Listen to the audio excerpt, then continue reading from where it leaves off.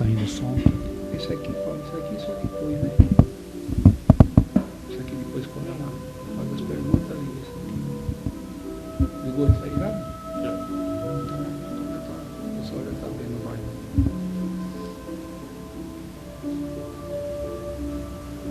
Uma baixadinha no som.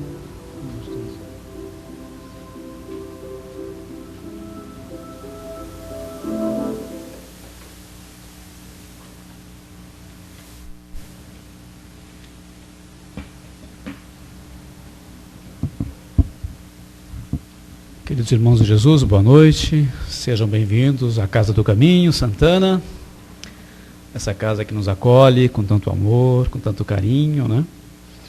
E onde nós, nessas atribulações da vida, podemos ter um pouco de descanso, né? Recuperar nossas energias, né? Ter um pouco de paz, refazer o nosso mental. Então nós vamos ter aqui uns momentos agradáveis, para a gente não só refazer as nossas energias, bem como também estar interagindo com novos ensinamentos, novas visões dos ensinamentos de Jesus, não é isso? E sempre sobre o beneplácito e a proteção dos nossos queridos amigos espirituais, que sempre estão conosco. Vamos saudando também, um abraço fraterno a todos aqueles que nos acompanham pela internet, que todos sejam envolvidos pelo amor de Jesus. Antes de iniciarmos nossos trabalhos, nós costumamos dar alguns recadinhos sobre nossas atividades, para aqueles que estão vindo à casa pela primeira vez, tomem conhecimento, e aqueles que já estão acostumados, não esqueçam, não é verdade? Nós temos palestras e passes quase todos os dias, viu gente? E quais é esses? Esse que nós vamos ter hoje. Então nós temos hoje, segunda-feira. Amanhã nós temos uma palestra também no mesmo horário, voltado para os irmãos dependentes químicos, né? Então está aí o convite para aqueles que conhecem pessoas que têm esse problema. Podem vir assistir a palestra pessoalmente ou conhecer alguém, quiser trazer o nome, vibrar por ele, também é válido. Perfeito? Quarta-feira também o pessoal está aqui, às 14 horas, né? Horário diferenciado para aqueles que podem vir durante o dia, né? Isso também é muito bom. As quintas-feiras, também às 20 horas, no mesmo horário, temos o mesmo trabalho, palestras e passes. E a sexta não tem, só na sexta que não temos, né? Demos uma folga, né, para os espíritos, Matilde? Tem só os cursos. Tem o curso de aprendiz do Evangelho, quer dizer, a casa realmente não fica ociosa, né? Não pode, né? Aos domingos também temos aqueles que preferem vir no domingo. Nós temos trabalho de palestras e passes também aos domingos. Está começando às 10 horas da manhã. Às 10 horas, né? Às 9h30, a pessoa começa a chegar. E sábado às 5h30, né? Então tem todos os dias, e para todos os gostos, tá vendo? Aqueles que não podem vir durante a semana, vêm no sábado, vêm no domingo, tem horários específicos para todo mundo.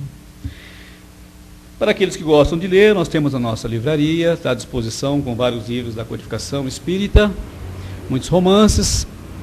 Então, aconselhamos também que vocês procurem ler os livros da codificação, procurem entrar em contato com a literatura espírita para enriquecer o pensamento, aumentar o vosso conhecimento de vocês da codificação kardeciana.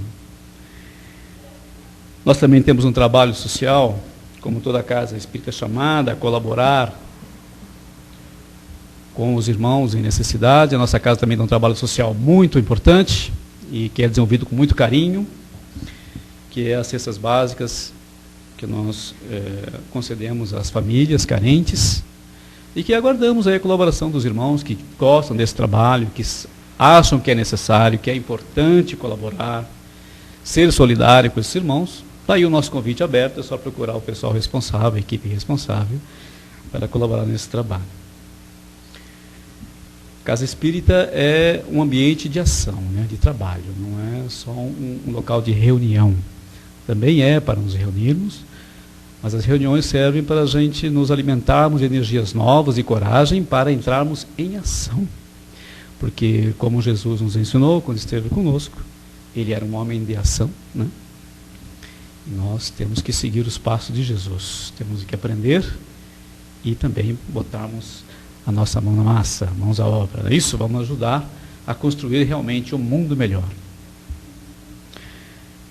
Então vamos fazer a nossa prece de abertura, vamos silenciando, vamos nos acomodando confortavelmente nas cadeiras, esquecendo os problemas, aliviando as tensões, soltando os ombros, relaxando as pernas, as mãos, né, colocando as mãos sobre os joelhos, descansando. Vamos relaxando o nosso corpo físico para que possamos nos concentrar mentalmente nesse ambiente de paz e de amor. E assim, calmos e serenos, vamos agora nos colocando frente a Jesus, o nosso irmão maior, nosso mestre, e diante de Jesus, observando que Ele abre os seus braços compassivos para nós, para nos recebermos num abraço fraterno. Vamos dizendo: Jesus, querido amigo e irmão maior, aqui estamos novamente nessa casa de caridade, mantidas pelos seus trabalhadores do mundo maior, e rogamos as vossas luzes, as vossas bênçãos, Senhor Jesus, para os trabalhos desta noite. Leve as nossas preces ao Deus, nosso Criador e nosso Pai, para que Ele também derrame as suas forças, as suas luzes sobre todos nós, pois Ele sabe das nossas necessidades, mesmo antes que possamos imaginá-las. E te pedimos, Pai, que nos dê conforto, que nos traga um pouco de alívio para os nossos sofrimentos, nossas dores, para que possamos com as nossas energias também colaborar no trabalho de atendimento aos irmãos necessitados que aqui acorrem. Jesus, agradecemos aos nossos mentores, aos nossos guias, aos nossos guardiões e a todos os amigos da espiritualidade maior responsáveis pelos trabalhos nesta casa, responsáveis pela sustentação. Que todos sejamos abençoados e iluminados nesses instantes, para que possamos trabalhar em nome de Jesus. Que assim seja.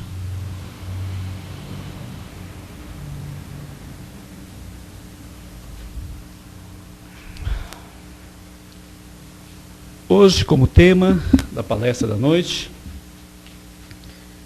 é uma mensagem do Fonte Viva, psicografada pelo Manuel. Vigiemos e oremos. E quem vai desenvolver a palestra de hoje é a nossa irmã Maria Eugênia. Vamos vibrar para que ela seja bastante inspirada e iluminada em sua exposição.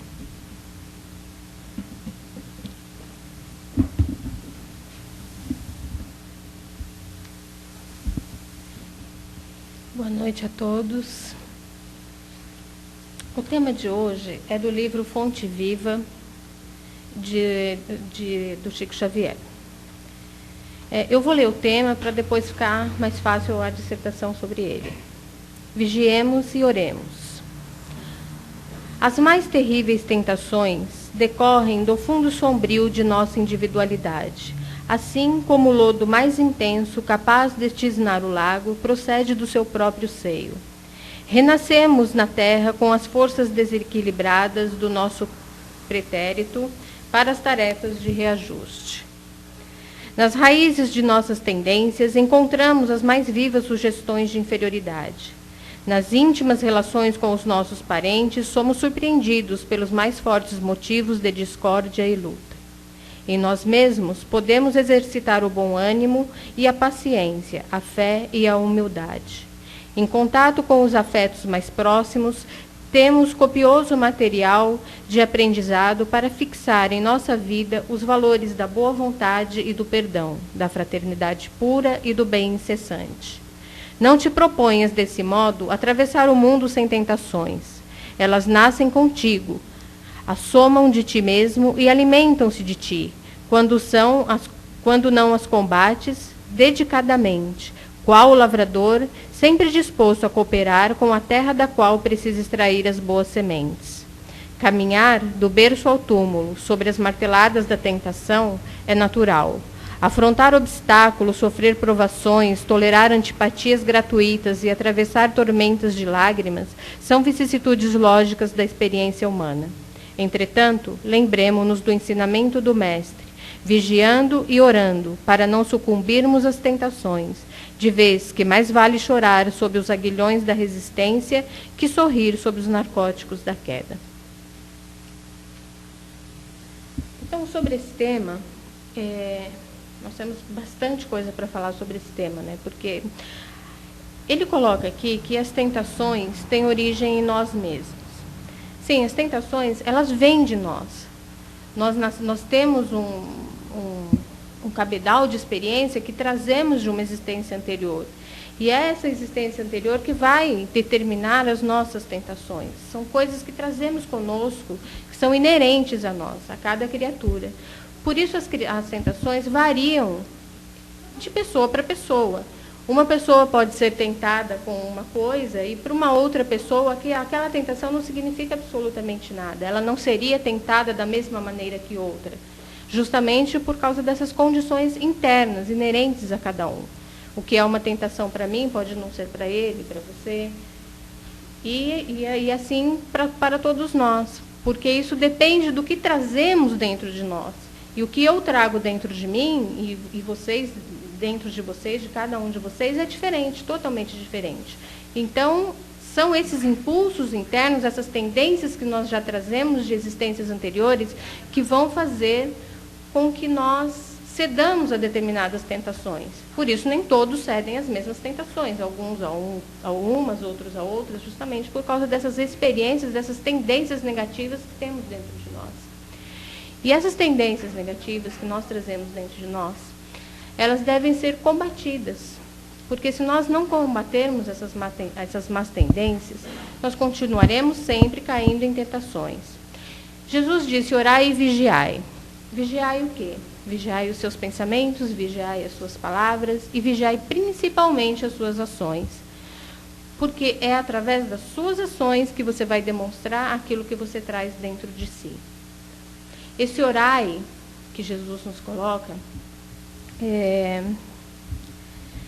a respeito da prece, o livro dos Espíritos nos coloca sobre preces, na parte em que ele fala sobre preces, aqui, até não anotei, ele vai falar justamente sobre isso.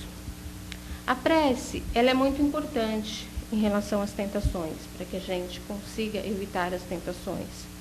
Só que não é só a prece. Os nossos atos são muito mais importantes. As nossas atitudes são mais importantes. Porque não adianta eu perder um tempão fazendo uma prece inócua, onde você vai ficar 1 hora rezando, e aquilo não vem de dentro, não vem do coração.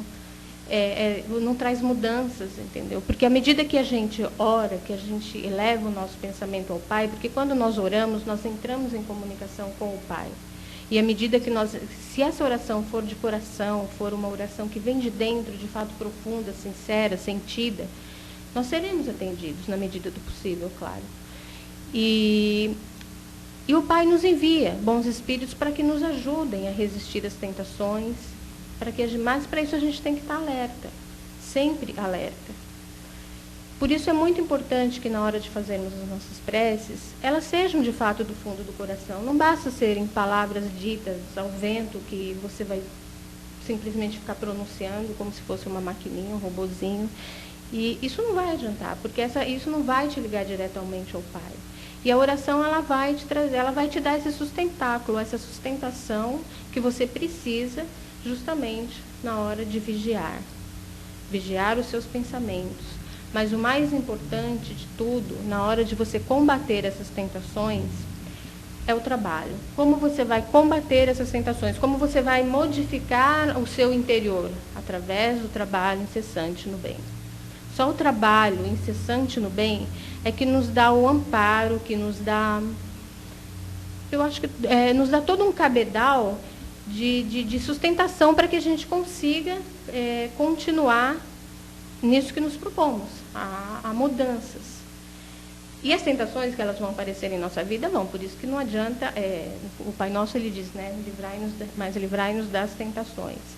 Sim, através da oração, Deus pode nos ajudar a nos livrar das tentações, na medida do nosso merecimento. Só que também não adianta você só pedir e não fazer nada para que isso aconteça.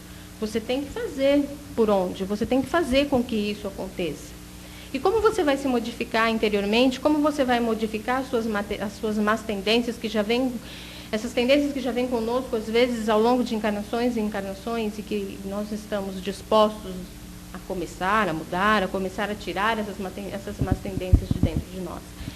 A partir do momento em que nós nos entregarmos ao trabalho do bem. Porque quando a gente trabalha para o bem, trabalha em prol dos outros, a favor dos outros, nós estaremos também trabalhando muito mais em prol de nós mesmos. Porque à medida que a gente está se dando, se doando, nós estamos muito mais recebendo do que nos dando. E quando você faz esse trabalho, você automaticamente vai angariando proteção espiritual. Proteção de amigos espirituais que vão estar do seu lado te protegendo à medida em que você for cair em alguma tentação.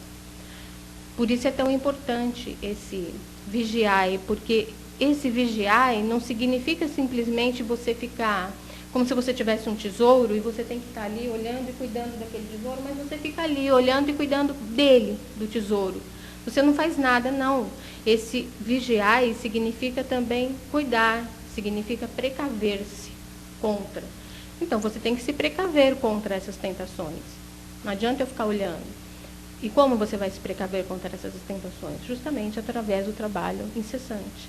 Se você estiver trabalhando sempre para o bem, trabalhando em função do bem, você vai, com certeza, se ligar a Deus e isso vai te dar todo um apoio para que você consiga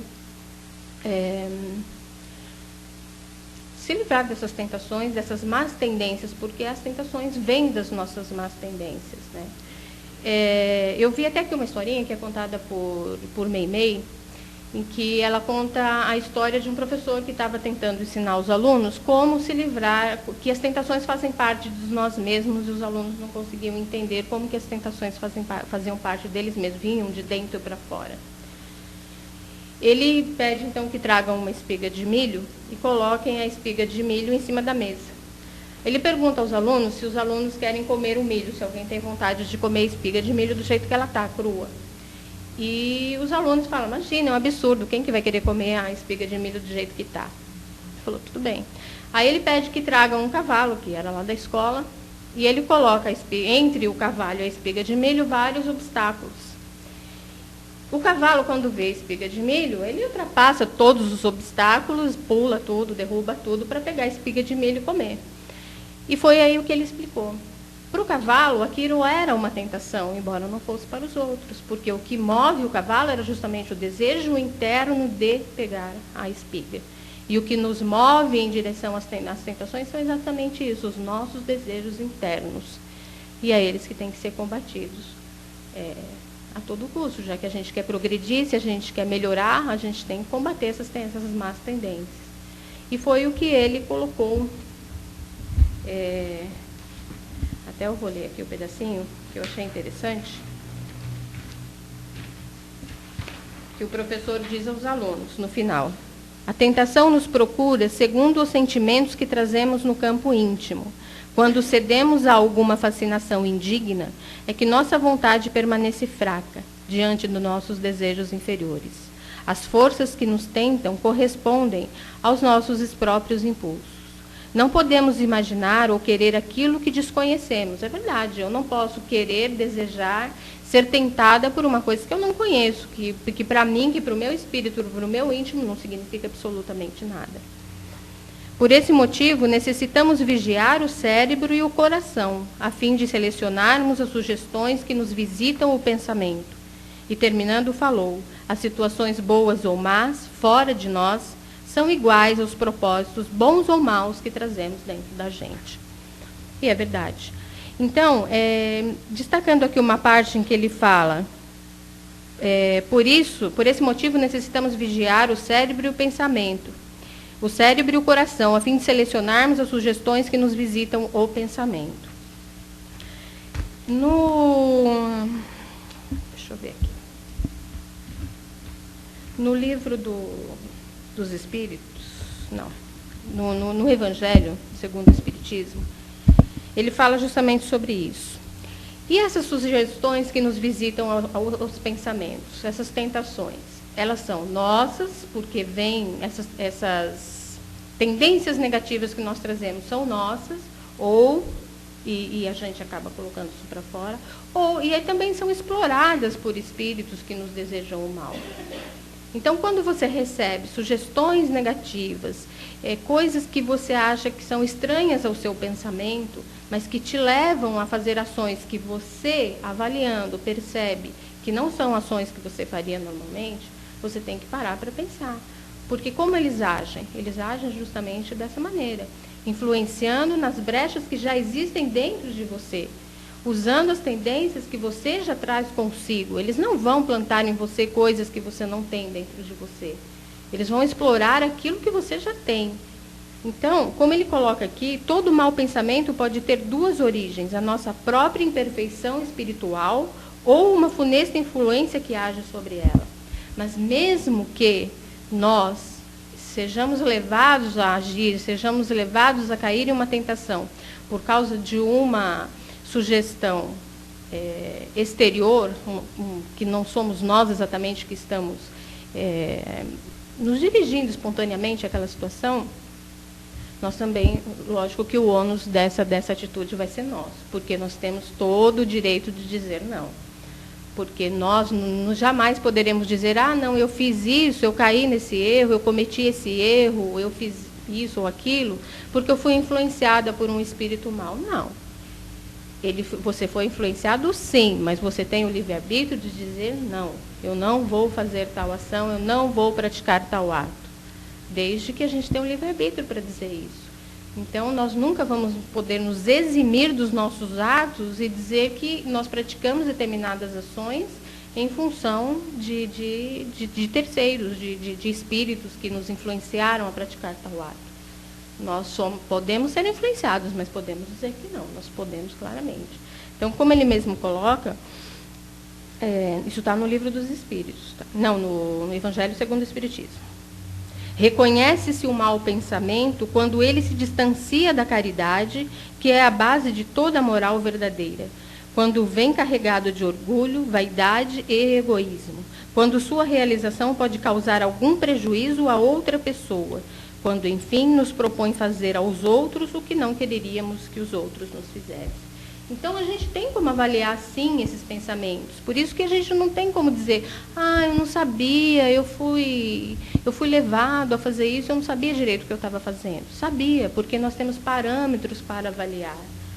E o maior parâmetro de todos esses é não fazer aos outros aquilo que não queremos que nos façam.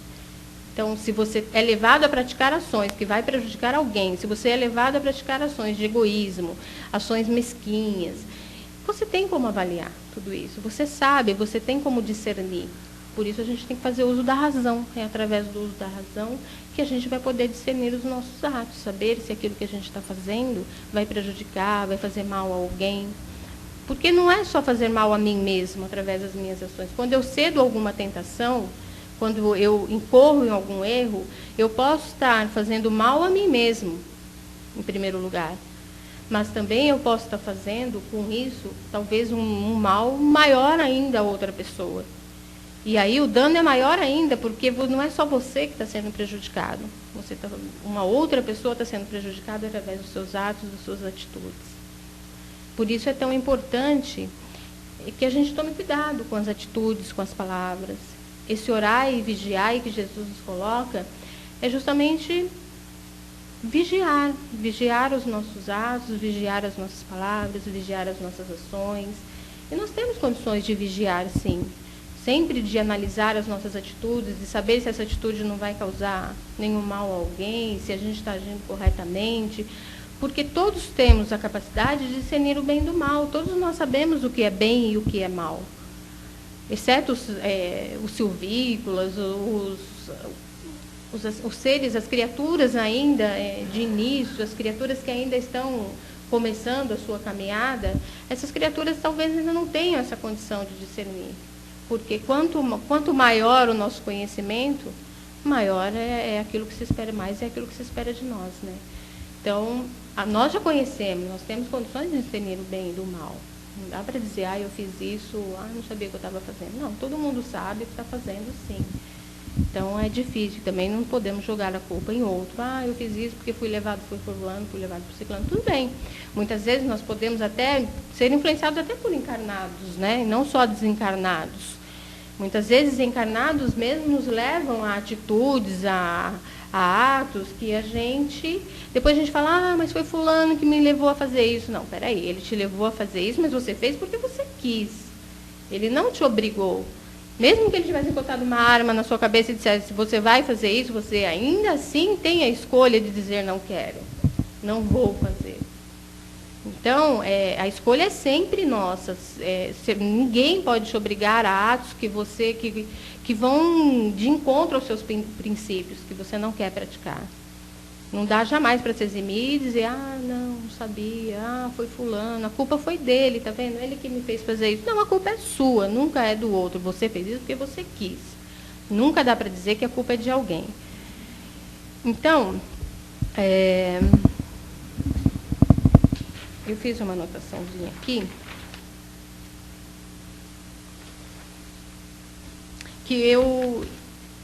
isso é a maneira como eu vejo, tá? Eu acredito muito que nós somos assim, como diamantes brutos que precisam ser lapidados.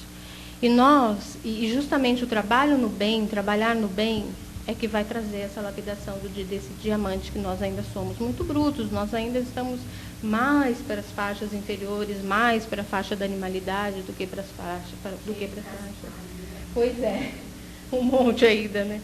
Então, nós como diamantes brutos, todo diamante bruto para ficar bonito, perfeitinho, ele tem que ser lapidado.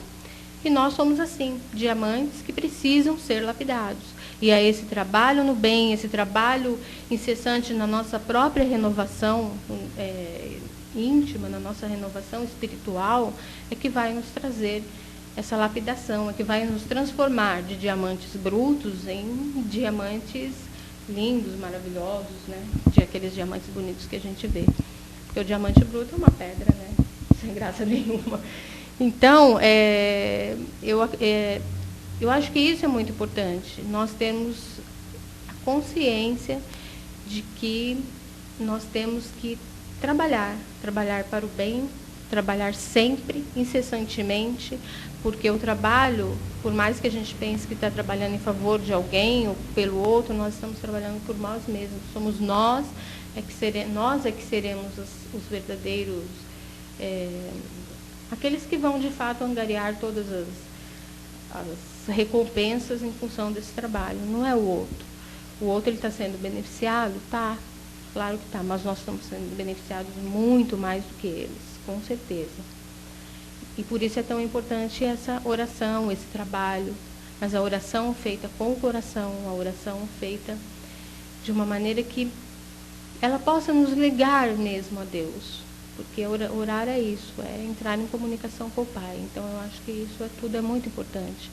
Essa vigilância que a gente tem que ter conosco e essa oração permanente, mas uma oração de coração, uma oração de fato sentida, uma oração que nos leve a essa comunicação, porque de fato não adianta você ficar orando sem emoção, sem estar ali e ficar, Maria, não adianta, né?